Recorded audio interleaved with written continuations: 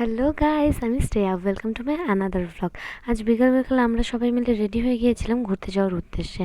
এ দেখো আমরা সবাই মিলে রেডি আর বাড়ি থেকে বেরিয়ে পড়লাম। এই যে দেখছো পুচকিটাকে, এটা হচ্ছে আমার দিদির মেয়ে। ওনা ভীষণ এক্সাইটেড ছিল ঘুরতে যাওয়ার জন্য, গোটা রাস্তায় ভাবে নাচতে নাচতে এসছে।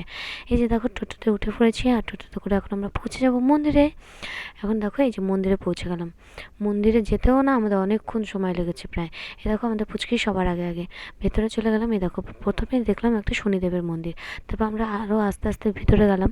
ভিতরে গিয়ে মায়ের দর্শন করব, কিন্তু গিয়ে দেখি যে সমস্ত দরজা জানালা বন্ধ, মানে দরজা আর কি বন্ধ। যেহেতু বিকেল টাইম ছিল সেই জন্যই হয়তো। তা যতটা পারছি জুম করে তোমাদের দেখানোর চেষ্টা করছি ভেতরের দিকটা। তারপর মন্দিরটা দেখে আমরা বেরিয়ে পড়লাম। এ দেখো আমাকে একটু ভিডিও না করলে কি হয়, আর এই দেখো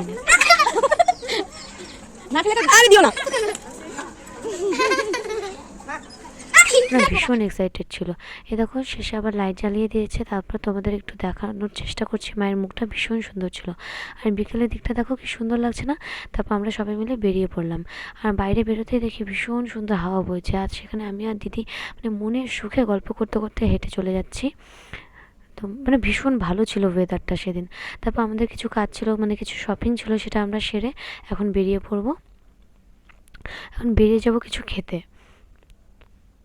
প্রথমেই আমরা কী খাবো, প্রথমে আমরা খেয়ে নিলাম ফুচকা। ফুচকা খাওয়ার পর আমরা চলে গেলাম পেটুকে, আমাদের সবার প্রিয় পেটুক। সেখানে গিয়ে আমরা চাউমিন, মোমো, তারপরে হচ্ছে পকোড়া, ডিম অমলেট, এগুলো সব খেয়ে দিয়ে টোটোতে উঠে আবার বাড়ি চলে আসলাম। এই দেখো টাকা দিচ্ছে। ওকে, আজকে এতটাই, টাটা, বাই।